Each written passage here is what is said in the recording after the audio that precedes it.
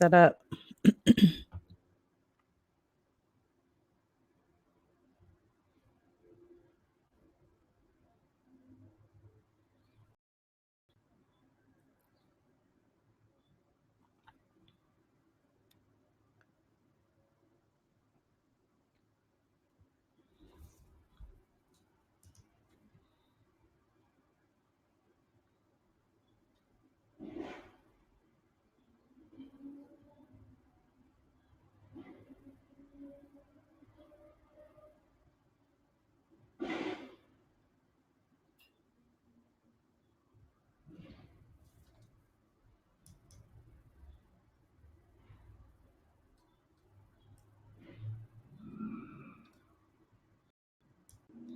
Okay.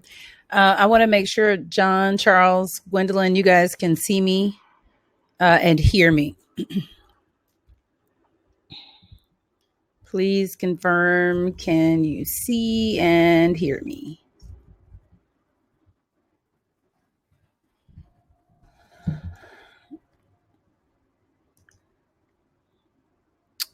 Okay. Therefore, people wonder the phone like. Come in. Come in. I'm going to be leaving. Okay. I won't be back because my wife has a day off. Can I leave something with you? Lapse time. Video manager analytics. Okay. All right. So speed, auto, annotations, all that. Okay, that's going. There has to be a way.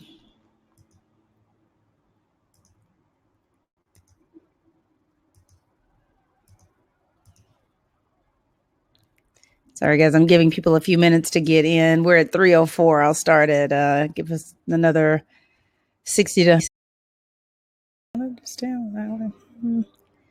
Play ad, change thumbnail. Maybe that's what I want to do. Change the thumbnail. The thumbnail I have. Revelation. Part 2. Okay, well that helps, but that doesn't tell me how to embed.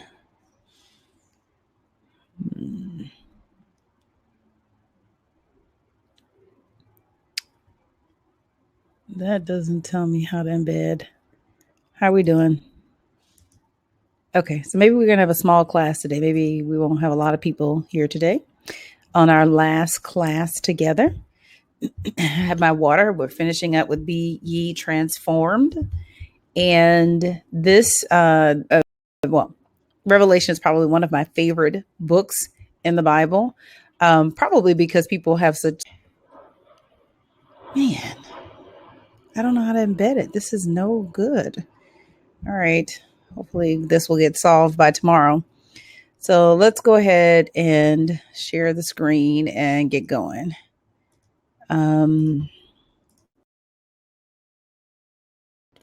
Slideshow from current slide.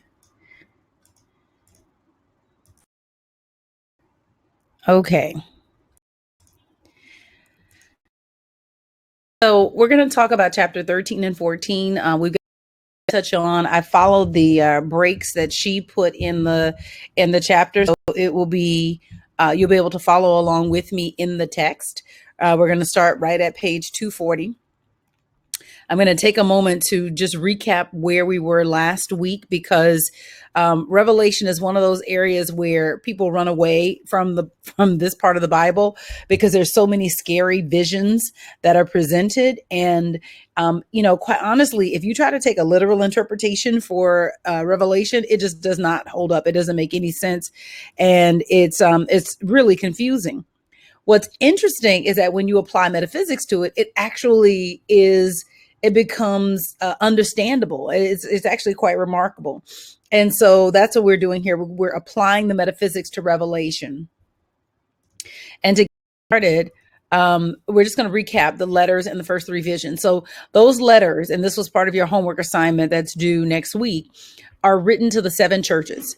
And metaphysically, those seven churches, the letters from our higher self to our current self, addressing thoughts, feelings, attitudes, habits, and behaviors that must be addressed before we can undergo the spiritual transform, become who God has called us to be. But before we can embark on the transformation process, remember, everything that we're doing is about consciousness transformation. And what Revelation describes is a process that we go through. Now, I don't want you to think to our current self. And it's saying, look, in the area of desire, we need to clean up how your desire is being handled. Here are the ways that your desire is good, but here are the ways that your desire needs some attention. In the area of substance, here's some areas that you need to clean up. In the area of power, here's some areas that you need to clean up. And so they're coaching letters from the higher self to the you of today. And these are thoughts, feelings, attitudes, habits, behaviors that you'll see this today. But as we go deeper and deeper, the visions become more complicated and more difficult, symbolizing the struggle and acknowledgement of him. And this is symbolized by the verse, holy, holy, holy is the Lord God Almighty, who was and is to come. Okay, someone said my voice is going in and out. Is that true for everybody else? Thanks, Gwendolyn, for making me aware of that. Is that true for everyone else? I wonder what I could do.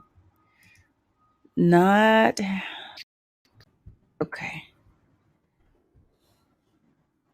Let me know.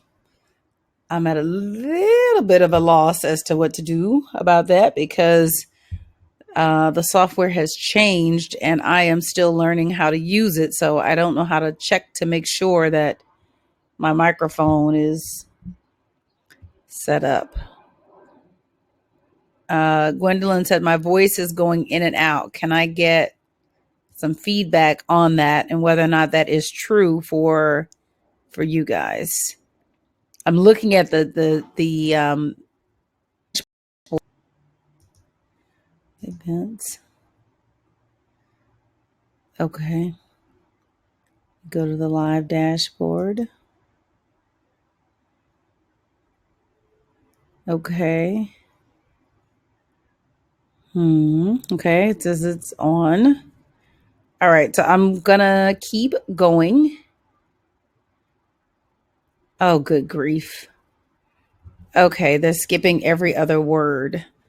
What I'm going to do, I don't even think I have the latest software. That's no fun. But it can it'll there'll be a backup sound. Oh goodness gracious. Okay.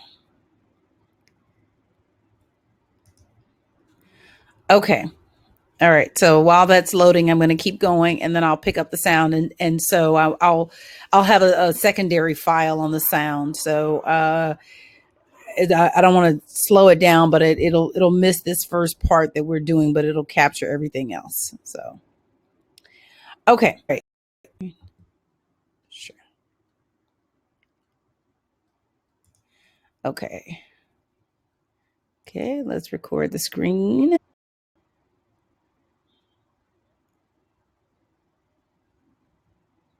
Okay, testing. Audio is on. Okay, testing. Okay, great.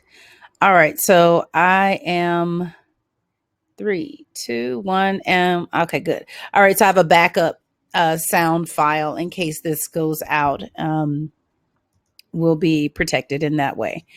So friendships, it's this belief that I have enemies.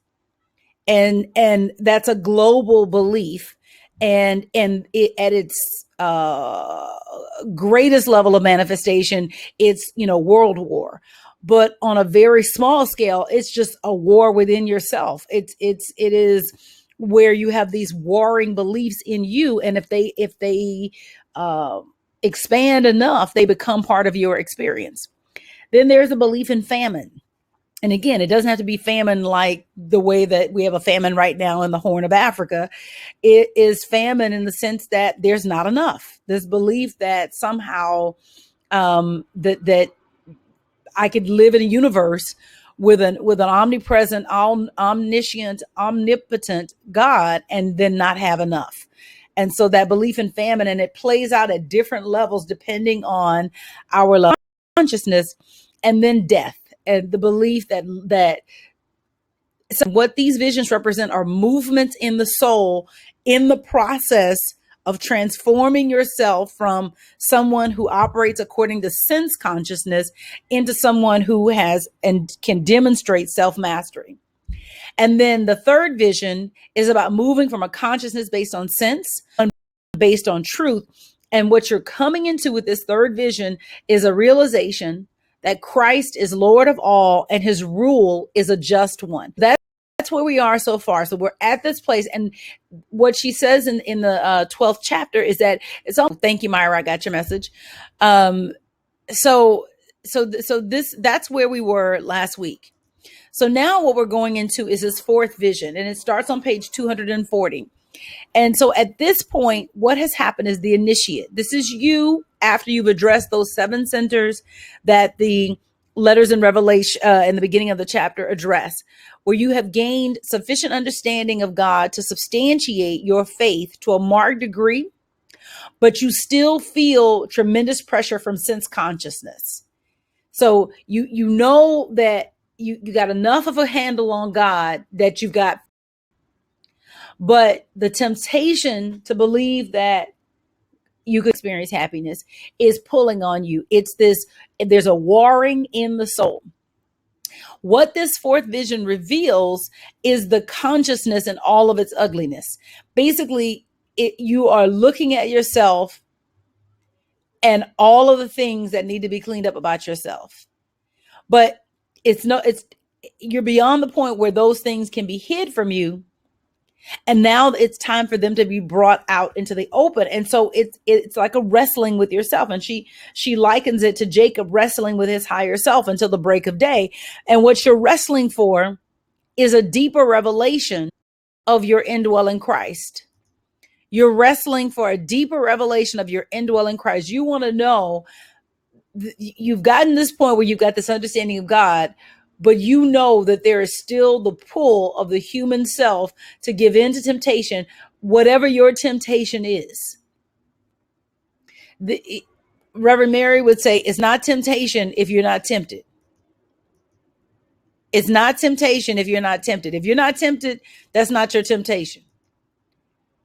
So, I always think about the fact that, I've never been someone who indulged in illicit drugs. That's never been my thing. So you could come into my arena, in my sphere of influence, and bring all manner of, drugs, drug paraphernalia, any of those things. That's not going to capture my attention. Now, if you come in with a nice piece of white cake with buttercream icing, well, I'm willing to have a conversation with you. So, again, your temptation is what tempts you, not right. And that's the sense consciousness. Thing might be believing that there's not enough. And so every time your bank balance gets to a certain level, you start to feel this pressure, this emotional anxiety. Or maybe yours is believing that somehow somebody could take something from you. And so you get into something with a coworker, and for you, it's blown way out of proportion because in your mind, somebody can keep you from getting a promotion. Somebody can keep you from getting what is your job. So again, but you have enough of a faith in God, but you're in this kind of yourself. And so this is where we are with this fourth vision. Woman is pregnant, right? And what that represents is that we have become aware of the divine life within us that must be birthed. Now, opposing the soul is which is represented by the woman, are all the degenerate forces in us that make up the carnal self, which is represented by the red dragon. When the soul finally gives birth to its highest conception of the Christ, the carnal self seeks to destroy the Holy One, but evil can never destroy good, and the soul is protected, which is why the woman is ultimately whisked away. The dragon means your person and at war with itself. And so let's talk about what that means. That with your sight, right? With your and so there's always the struggle to look with the inner eye and not with the physical eye, or not be deceived by what you are seeing with your physical eye. So you may be looking at a bank account that is below zero, but that's looking with your physical eye. You've got to look with your eye. This appearance is telling you that there is not enough, and you've got to be able to look with your inner eye and see that you are supplied. Resulting inner strife is severe. And this is what's happening. The scripture says, now war arose in heaven. Essentially, what you have is sense consciousness trying to hold on. That this belief in lack, remember the belief in war, the belief in famine, and the belief in death. And it has that those beliefs have attacked the belief in heaven. And there is this, or the belief in overcoming and your ability to overcome. And there is this inner strife, which is represented by Michael and his angels war heaven. The true nature of sense consciousness is now revealed. Its name is devil and Satan, and it is the deceiver of the whole world. The race belief is that there are two powers operative in human life, God and devil. Here we are shown that God alone has reality. The only power the carnal mind has is what we give it. The only power the carnal mind has is what we give it by our destructive thoughts and emotions. And it holds us in bondage until we see it for what it is, which is the belief in materiality. We're releasing the belief in the carnal self. And you're going to see, we're going to go through several iterations in this vision. But this first one is when the sense mind, or this belief in materiality, attacks the belief that God is all there is. And there is war in heaven.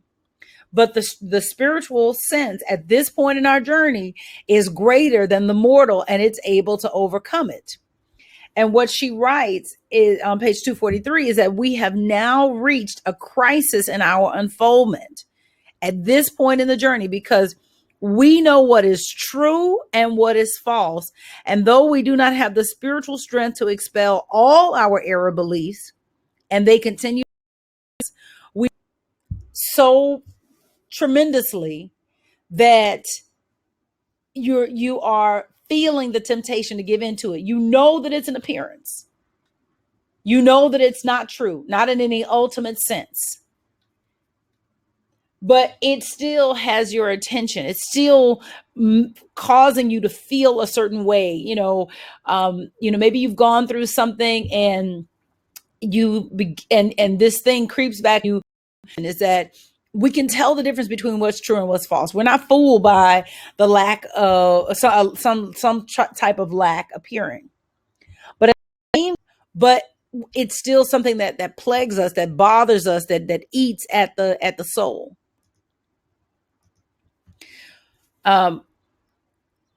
Realizing the unreality of sense consciousness is important, but realizing the unreality of it and being completely free of it are two different things.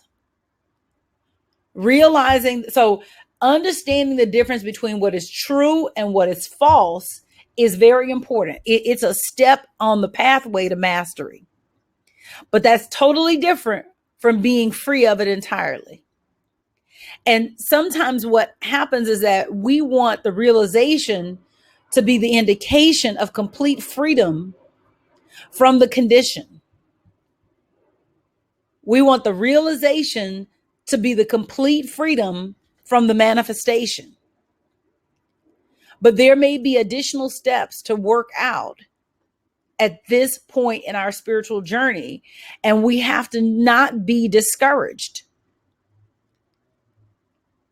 The truth that sense consciousness, right? The things that pull on us, again, this sense, my sense consciousness is different from your sense consciousness. My sense consciousness is different from yours. You may be someone for whom, I don't know why I'm choosing to use drugs, but someone for whom, marijuana and cocaine and whatever is an issue. That's not what gets me as far as sense consciousness. But sugar that you are a part of, meaning outside of like your spiritual community, because some of us relate to people in terms of ethnicity, some of us relate to people in terms of gender, some of us relate to people in terms of sexual orientation, and right, that whatever your sense consciousness is, and you may be part of a group that feels discriminated against.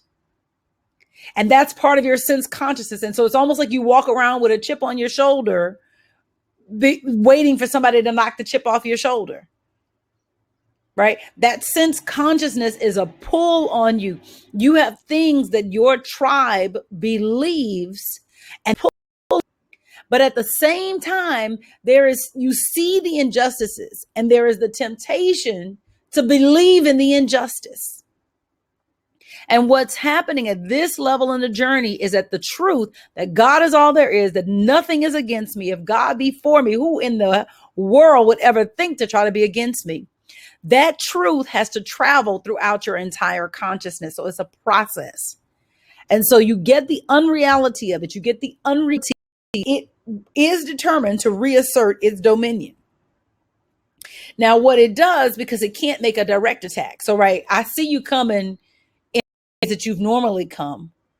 And so what the carnal self does is that it goes and begins to work on the soul in sly ways. And in this instance, what happens is the dragon is angry with the woman and goes off to make war with the rest of her offspring. So the dragon, the mortal self, is no longer attacking the soul directly. It's going for the offspring of the soul, right? It's going for the things that you care about. It's going for your babies, right? Your books that you want to write, your records that you want to write, your projects that you want to see come to reality, your family, all of the things that are important to you.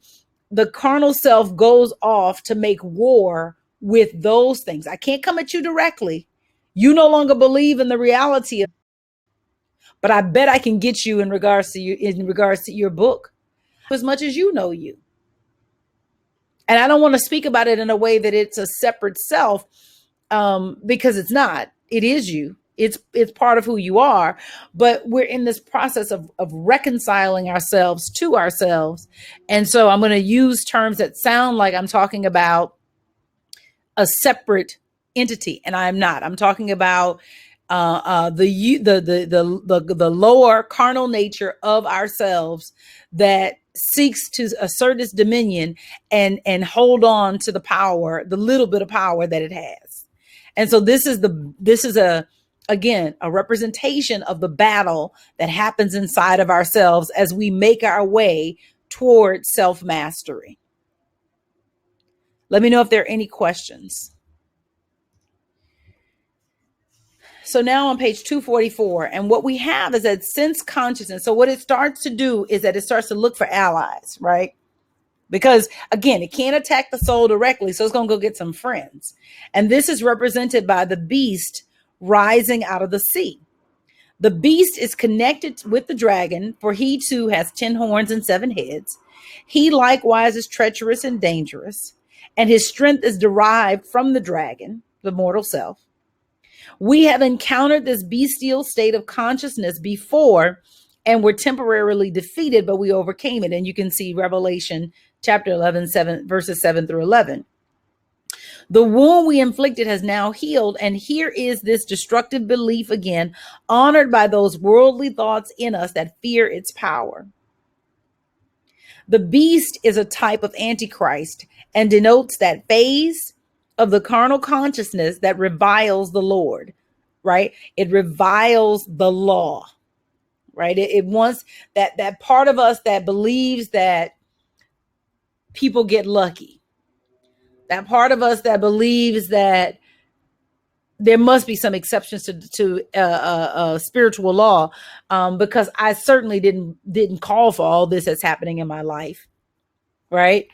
That part of us, that's what the beast is about. It rails against the idea that spiritual law is infallible and unending and irreversible.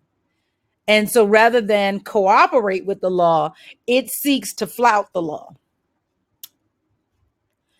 The word blasphemy has a lot of meanings, right? And so in this one, it takes the form of rejecting the Almighty.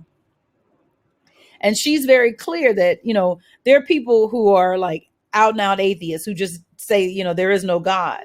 But even the sincere devotee often doubts whether God is mindful of him and will direct his way. And again, we would love to say, oh, no, I never blaspheme. I believe God is all there is. Yeah, until it touches something that's close to you. And I can say, as someone who's a teacher, a preacher, that I've been in situations where I have looked around and said, is God aware that I'm dealing with this? Like, like it has gotten so crazy. It's like, wait a minute. Has God forgotten that I need this handled? This has hung on for so long. This has haunted me for so long. It seemed like I will never get up from under this carpet of whatever.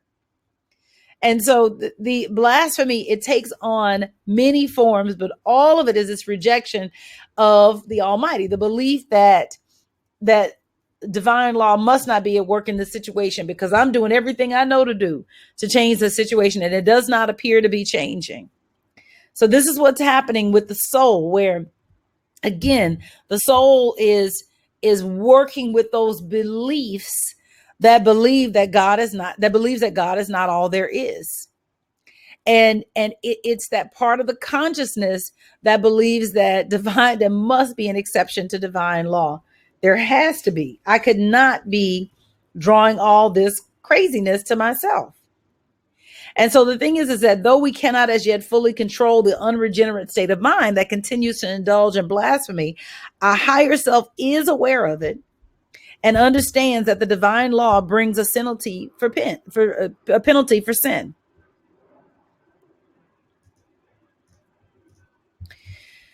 So at this point, we've penetrated the disguise of the error belief that's typified by the beast out of the sea and its power, right? And so the dragon goes and gets some more help. And this is the beast of the earth, also called the false prophet. Now, the character of the false prophet's cleverly concealed, and at first glance, it seems to be innocuous because it has two horns like a lamb. But its affiliation with the dragon is soon revealed because it spoke like a dragon, and it makes the earth and its inhabitants worship the first beast. The erroneous states of mind symbolized by the two beasts are closely connected. The first beast denotes the sacrilegious consciousness that blasphemes God. The second beast represents the belief that human might is superior to divine might. And so it's like birds of a feather flock together. Both of these beasts are untrue, malicious, and they do us great harm. But this false prophet is capable of performing wondrous feats, which are considered the prerogative of spiritually illumined souls. It works great signs, even making fire come down from heaven to earth in the sight of men. And so wisdom is often required to discriminate between spiritual power and human ability. Many marvelous achievements are made by those functioning only on the intellectual plane. This is an inevitable stage of our unfoldment, but it's impossible to move from the human to the spiritual plane in the twinkling of an eye. And for a time, we're actually bound to fluctuate between them. But when the power of the human is exhibited, we are apt to conclude that after all, it may surpass that of the spiritual. The belief in the superiority of the human renews the consciousness that reviles God. It gives life back to the beast. And so again, what you're seeing is this back and forth. There's a warring that's going on in the soul, and the soul is battling to give complete submission to the Christ within, but it has to do battle with those beliefs that God is not all there is. And so this is what you're seeing. This is, again, this is a pictorial representation of the movement of the soul on the path to ultimate overcoming, to self-mastery. So we have been alerted to the deceptiveness of the mind of the flesh, or what Paul calls the carnal self. And our soul is filled with gladness. Christ is very real, and with him is a multitude of divine powers, right? He says, I looked, and lo, on Mount Zion stood the Lamb, and with him 144,000 who had his name and his father's name written on their foreheads. And so we hear the new song that rings strong and clear, and know that it can be sung only by those who have shown their devotion to Christ and are truthful and pure. To this elevated consciousness, God's grand purpose, not grant, grand purpose is revealed. And it's couched in the form of 3 predictions given through our angel self. So we got 3 predictions where it is presented. Hold on, I gotta correct that. Grand.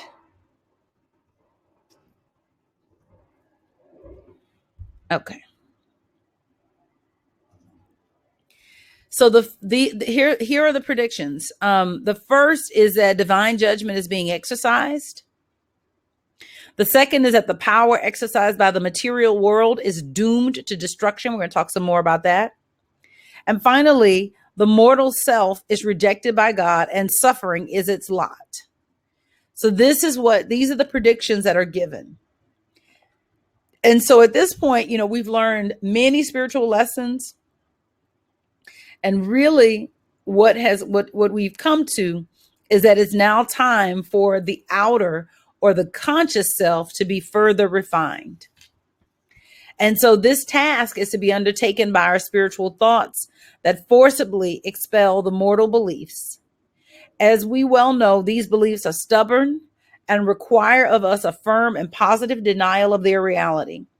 To the mortal self, it is a painful process when destructive thoughts and emotions are ejected, and suffering is symbolized by the great amount of blood which comes from the grapes as they are trodden in the wine press.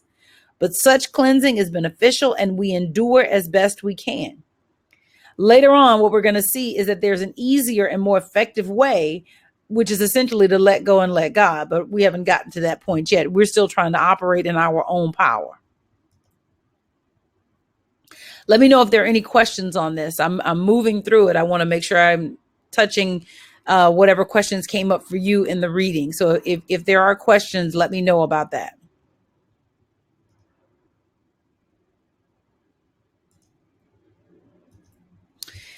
So now we come to the 5th vision, and these are the 7 bowls. So I'm sorry, let me back up a little bit. So what we've come to through the 4th vision is this understanding that it's time for deeper refinement.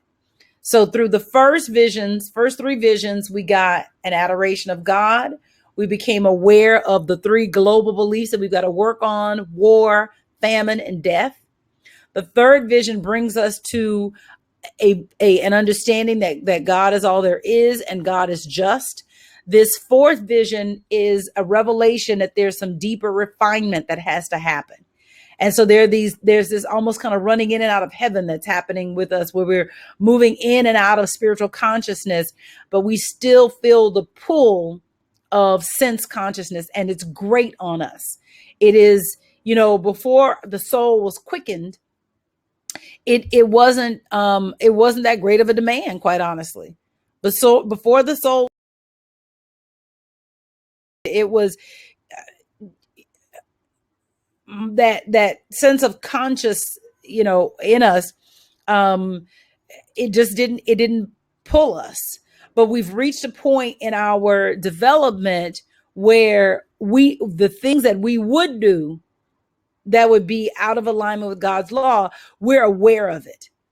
And we still feel the pull to follow those old feelings as strongly as we feel the pull to do the right thing, to think in alignment with God's will, to speak in alignment with God's will, to feel in alignment with God's will. We still feel that pull. And so that's what's happening in this fourth vision. It's almost like we're straddling a fence, straddling a spiritual fence, trying to make the ultimate decision to follow God's will. But the will of the world, or the will of the mortal consciousness, is leaning on us just as strongly. And so this is the battle that's happening within. And what's revealed for us in the fourth vision is that, gosh, I got a lot more work to do. That's really what the revelation is like. Shoot, this is a process.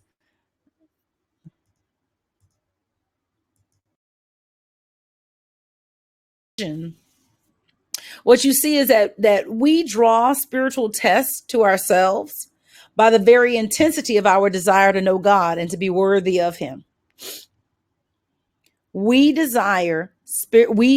draw spiritual tests to ourselves by the very intensity of our desire to know God and to be worthy of him. Life is ever presenting opportunities for growth and development. But we're really not cognizant of that until the soul is quickened. Up to then, everything is just a problem. When the soul is quickened, what we see is that every experience, good, bad, or indifferent, is an opportunity for growth and development.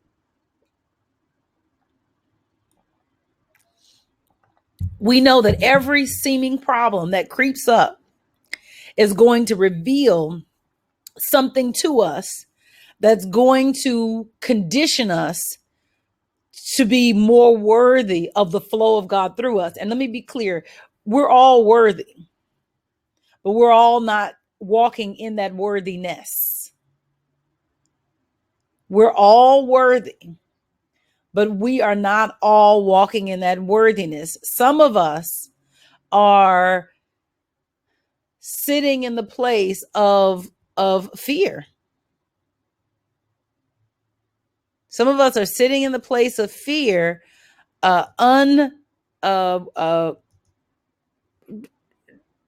willing to be who God called us to be. And so though we have all of this greatness in us, we are doing nothing with it. It's just lying dormant. And so part of becoming worthy is developing yourself into a clear channel to allow the flow of God. Developing yourself into a clear channel through whom the Spirit can flow. So let me give it to you in terms that may help. You may have a gift for music, but perhaps you only work on your music every now and again. Maybe you haven't made it a priority. And so God could flow through you in the same way that he flowed through Beethoven or Bach or Quincy Jones or whomever, right? He could flow through you, Michael Bublé, right? He could flow through you in that way. But have you done the work to be worthy of the flow of Spirit through that way? So the worthiness is not about value so much as it is about openness and receptivity. So probably a better word than worthy of him would be receptivity to him. And the test that we draw to ourselves by our desire to know God, they are opportunities for us to develop that receptivity. Now, when the soul is quickened, we can see clearly that every experience, every thought even affords a chance to choose whom we will serve, God or mortal. Every experience, every thought that comes up in our mind is an opportunity to say God or mortal. Who's going to get at this today? Who's going to get my loyalty, my devotion, my worship, my praise today? Will it be God, or will it be this mortal thought? And I want to say something, because this is okay. I'm getting a little bit on the soapbox, but this is doggone it, Sherry. Oops. I did not mean to hit that button the way that I did.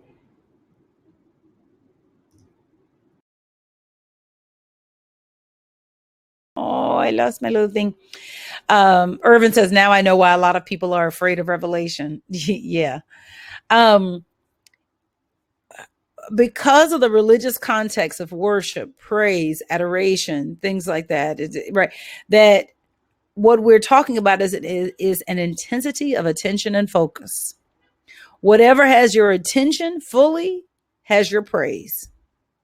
Whatever has your attention fully has your worship. So when we talk about worshiping false idols, worshiping false prophets, we always think in terms of, well, I worship when I go to church. No, you worship wherever you put your attention. You worship wherever your attention is. That's what's getting your God energy. You have the energy of God in you. It is moved and directed according to your attention. So wherever you are putting it, that's what has your worship. That's what has your praise. And coming into an awareness, this is why Paul says to pray without ceasing, is that you're developing a consciousness where you are focused on God and God alone. And that the world does not get to have your attention. The world does not get to have your worship. The world does not get to have your praise. And again, moving it out of religious connotations, praise is just intense attention in a particular direction. We use it as a term to talk about focusing on God, but it's all God, right? God is everywhere, evenly present. And it's what forms get your praise, what forms get your attention.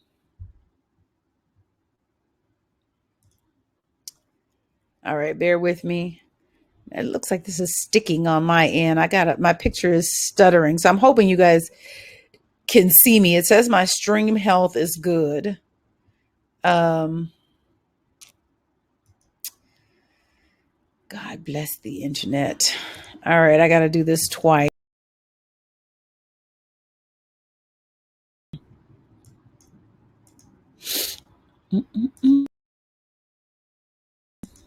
There we go. The challenges that come to us are not misfortunes, but rare good fortune. The next time that you are facing a problem, or perhaps you're facing a problem right now, is to ask yourself, what is this problem giving me an opportunity to do? Is it giving me an opportunity to surrender? Is it giving me an opportunity to be happy in the face of seeming trials? Is it giving me an opportunity to declare the omnipresence, the omnipotence, the omniscience of God? What is this problem giving me an opportunity to do? In what way will I get to grow through this experience? These challenges, they are not misfortunes, but they are rare good fortune. Who will I get to be when I move through this seeming problem with a level of mastery that has heretofore eluded me?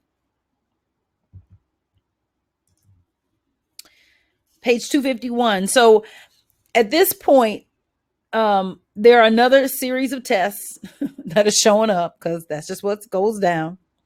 But we're near the end of the road of human endeavor, and these will be the last. And this is represented by saying, I saw 7 angels with 7 plagues, which are the last, for with them the wrath of God is ended.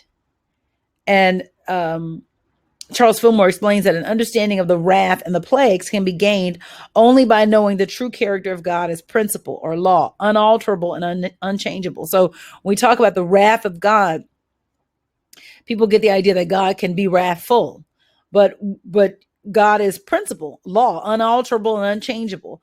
But when he keeps this law, we are blessed with peace, health, and abundance of God. But if we go contrary to the law, then we turn the power of God against ourselves, and we reap the results in discord and in harmony. So this adverse working of the law, we call it anger and wrath and the plagues of God. But honestly, we're the master of our own destinies. And so we have free will to choose whether or not we're going to work in harmony with God's law or against it. So I just want to be clear about that wrath of God piece. But we're determined to work in harmony with the Lord, and we've penetrated the disguise of the sense consciousness. And so we know that what is to come is spiritual in nature, right? We know that, and it's going to be beneficial. What the angels cause to come forth is not going to be easy to meet, but you can't abide in the sanctuary of God until your spiritual integrity is proved. So no matter how frequently we retire to the secret place of the Most High, it's impossible to remain there until all imperfect states of consciousness are removed. You're going to have to get out and do some work. That's bottom line. And the contest between the spiritual and the sense self is now accelerated because the time has come for the parting of ways between the spiritual and the sense self. We can no longer continue to have faith in Christ and the dragon. You're going to have to choose. And this is what we're being called to do in this with this fifth vision. At this point in the soul's journey, we are being called to put the dragon down for good. And there are many destructive phases of thought in us, those we've acquired through wrong thinking, those we've inherited from race consciousness, and it's exceedingly difficult to drive them out. They creep in, forever. Depending on, again, I always say the community that you were raised in, because we all come from a particular community of people, and we were given beliefs about how the world works and what's fair and what's not fair, and who's on our side and who's not on our side, and who's in our corner and who's not in our corner. And so these destructive phases of thought, they're in us. It's almost like they're baked into the fabric of who we are. And some of them we thought wrongly about it and acquired these destructive phases of thought. And some of them were just handed to us by mama and daddy, auntie and uncle, friend and whomever, right? Just the community. And so it's difficult to drive them out, because what's happening is that when you're letting them go, you're making mama wrong. When you're letting them go, you're making daddy wrong, right? When you are letting go, you're essentially having to make people wrong who are not your enemies. They're central to who you are. They're central to how you defined yourself. And so letting them go, or making them wrong, or realizing that what they said was not right for you, is not easy. It's not easy at all. You forget coming into new thought. That's the easy part. It's all those other beliefs that you've been given that you've got to now release. Irvin says, I have learned to say, God, what do you want me to learn from this event? Yes. Yes, that's it. What do you want me to learn? What? Show me. Reveal me to me.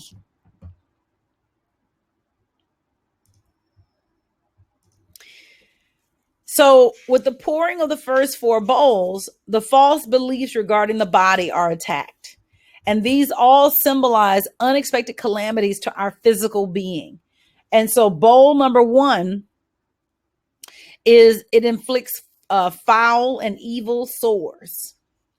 Bowl number 2 makes the sea and the rivers become as blood. Bowl number 4 causes the sun to scorch as fire. Bowl number 5 is aimed directly at the very center of the carnal mind. We endure all manner of distress rather than give up our habits of thought and action. We seek help from every available earthly agency rather than turn to God and abide by his law. We want to change the condition, but we have great aversion to changing ourselves. But again, what's happening in this vision is that the rubber is meeting the road. The rubber is meeting the road, and we are going to have to declare within ourselves that God is all there is. And we're going to have to stand on it until it becomes the truth of our experience. And we may have to go through the foul and evil sores, the sea and the rivers becoming as blood, the sun scorching as fire, right? We may have to go through that in order to finally accept that God is law and unfailing, unalterable, unchangeable law, and that I am abundant whether I can prove it in my physical experience or not, but I am abundant, and it's holding to it. You know, I've gone through experiences where sometimes I ask myself, am I holding the principle? Or am I just being ignorant? You know, like, and I felt that. I have felt that, like, am I holding the principle or am I being stubborn? You know, am I being resistant when I need to just go ahead and go in this other direction that looks, you know, tempting, right? And I've struggled with that. You know, am I trying to operate in my own power? Am I really believing God in this situation, or am I fooling myself? Right? That this is what's happening, where there is this declaration that God is all there is, no matter what. Period. End of story.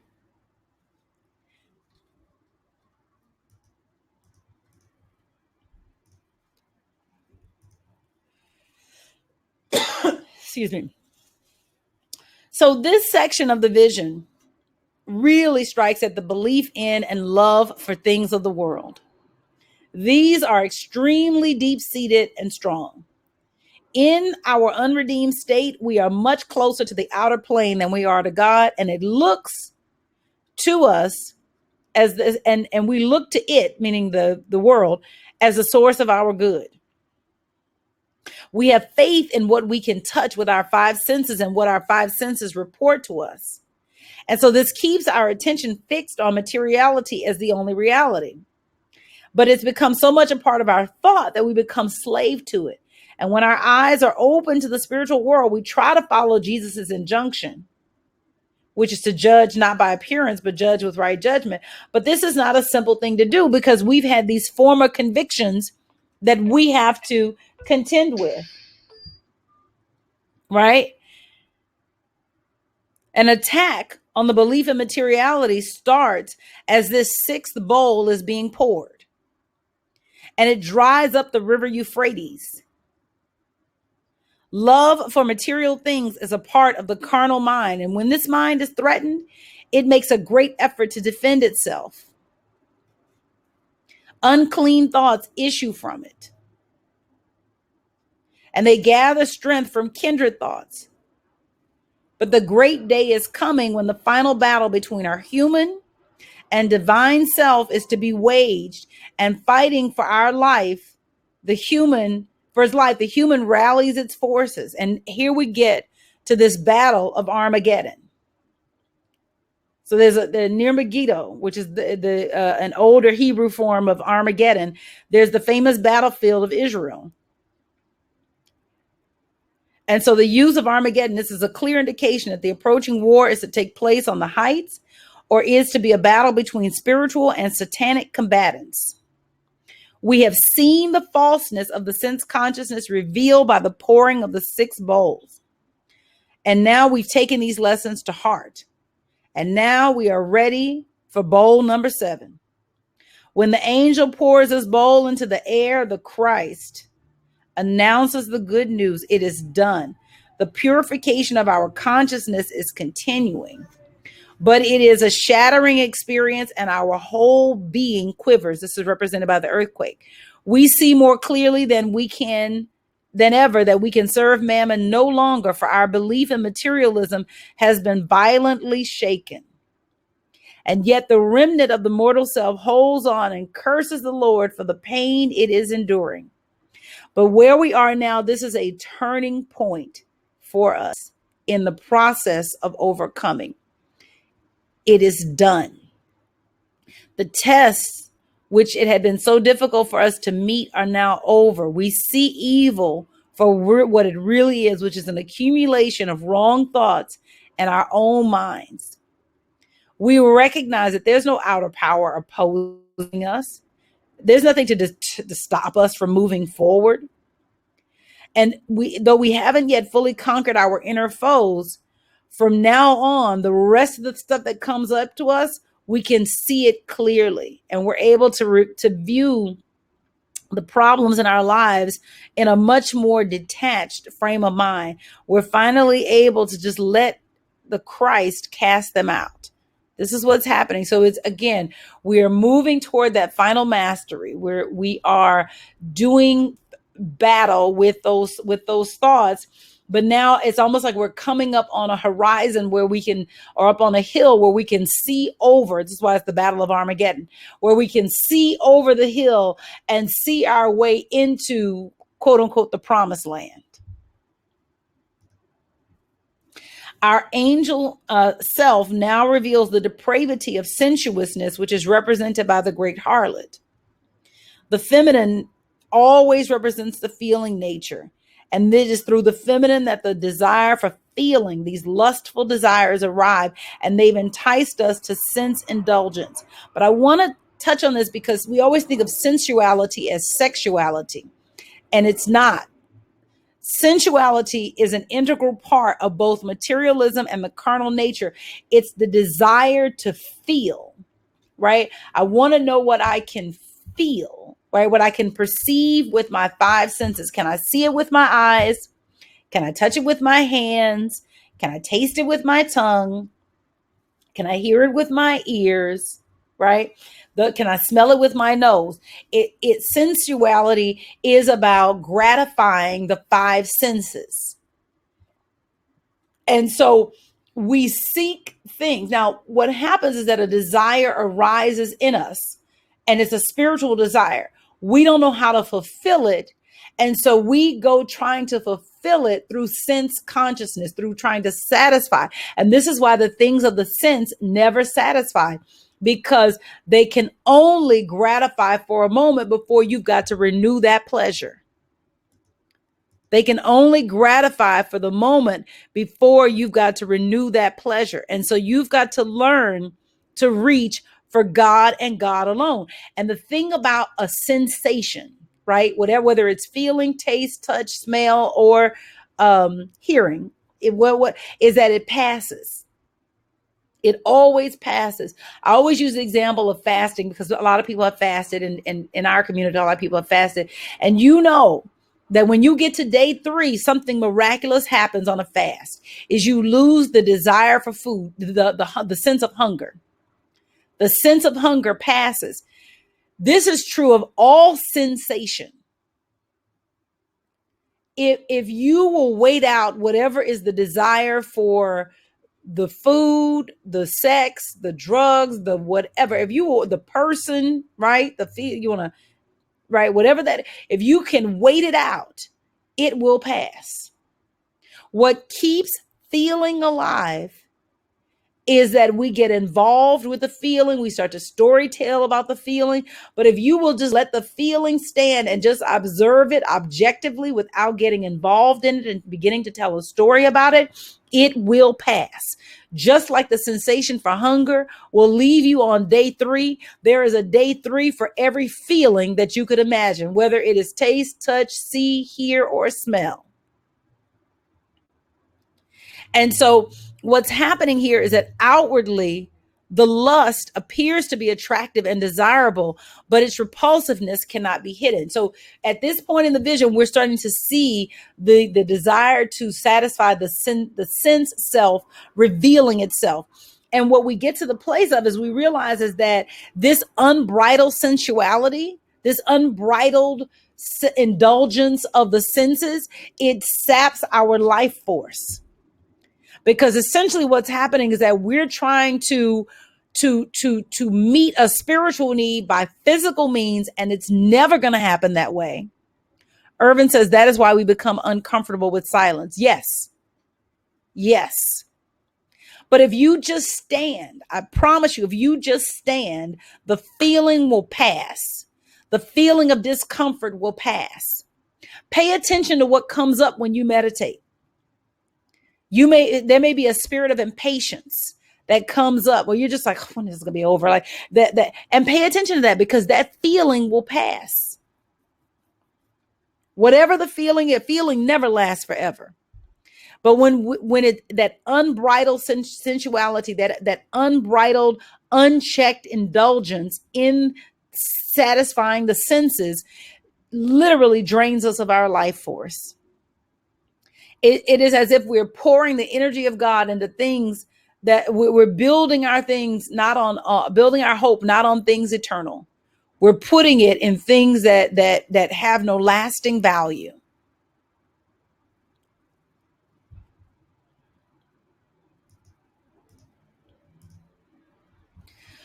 All forms of sin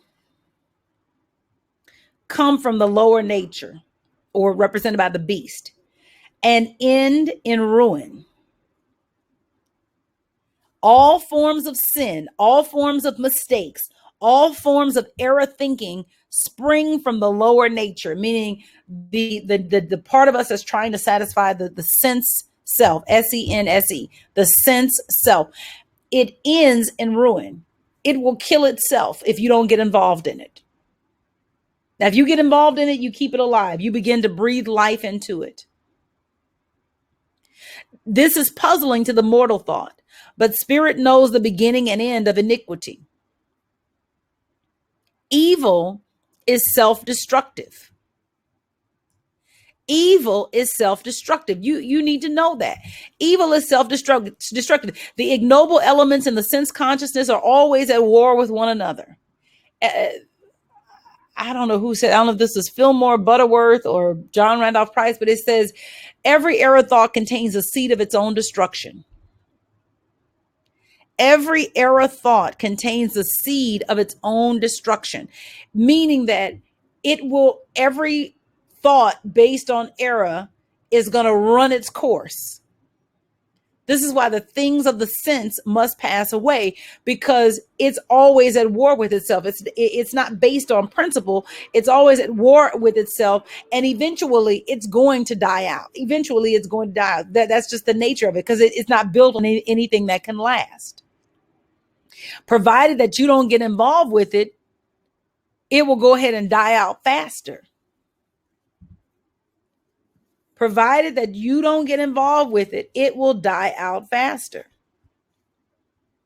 With all its seeming power, iniquity can endure only until we rise above it in consciousness. You can rise above it at any moment, even in the moment that you cast it out. Like, oh, I had a thought that there wasn't enough. I can rise above it right now, and it will die. What keeps it alive is that we stay on the level of consciousness at which the thought is cast. We get involved in it, we believe it, and it begins to take on seeming reality with us, but it is not true. Iniquity can endure only until we rise above it in consciousness. And the way to rise above it is to begin to, you may not always be able to control your feelings, but your word will eventually win out. So you may be in a funky state, right? Where you're believing in limitation. But if you can hold to the awareness that God is all there is and begin to talk it out, that I may not know my way out of this, but God is right here by my side. That God is everywhere evenly present, and God is right now appearing as the resources that I need to solve this challenge. That I am always divinely protected, that I'm divinely supplied. I never have to lack any good thing. If you will begin, your word will win out. So don't try to control the feeling, control the word. Use your word to walk your way out of whatever condition you find yourself in.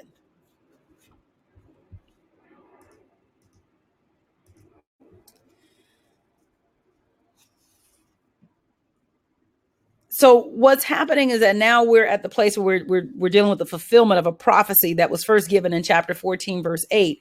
Fallen is Babylon the Great. Coming events cast their shadows before, for all outer conditions are the out picturing of thought. When this is centered on materiality, represented by Babylon, our feeling nature also becomes attached to them, and the whole self is involved in error. This is a perversion of the greatest gift God gave us, love, and sets into operation a chain of events that lead to devastation. Love for God is the highest use to which this faculty can be put. As we become aware of his love for us, a compassion that endures despite our ignorance and indifference, we withdraw our affection from the world and let it flow in a mighty stream to God. And at that point, we are automatically free from an attachment to all that Babylon represents. And for us, it has indeed fallen. So it's a transference of adoration from the world to God.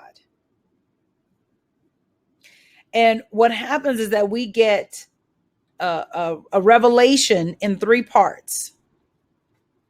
Our higher consciousness tears the veil, and we're able to see how utterly devoid these old beliefs are of the good that we attributed to them.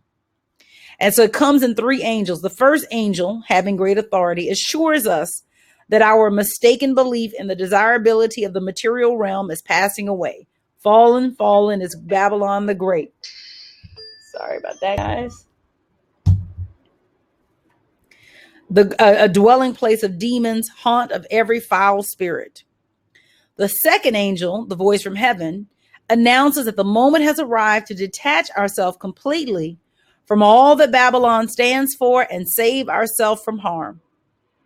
Come out of her, lest you take part in her sins, share in her plagues. In the past, we have often entertained the suspicion that physical law was above God's law, but now we know the latter is supreme.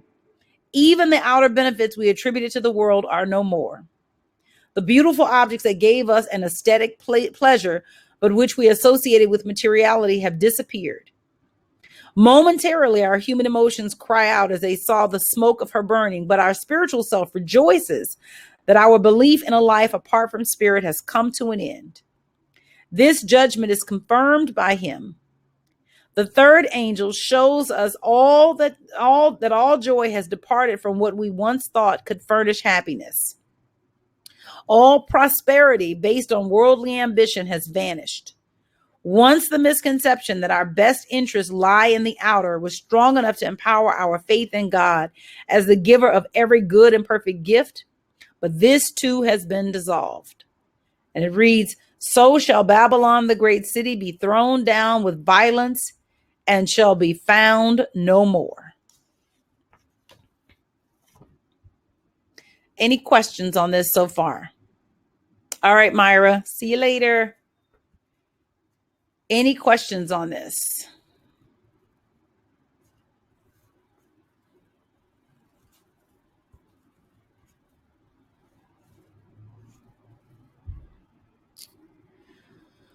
All right.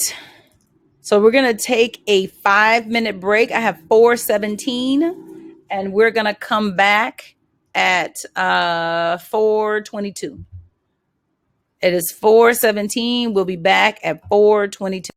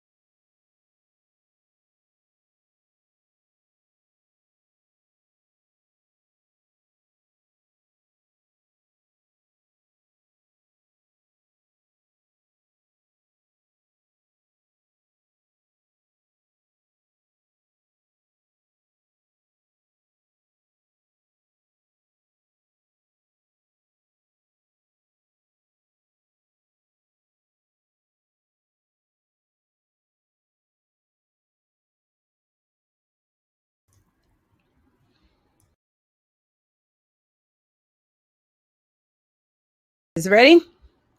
Oh my gosh. The streaming health. Okay.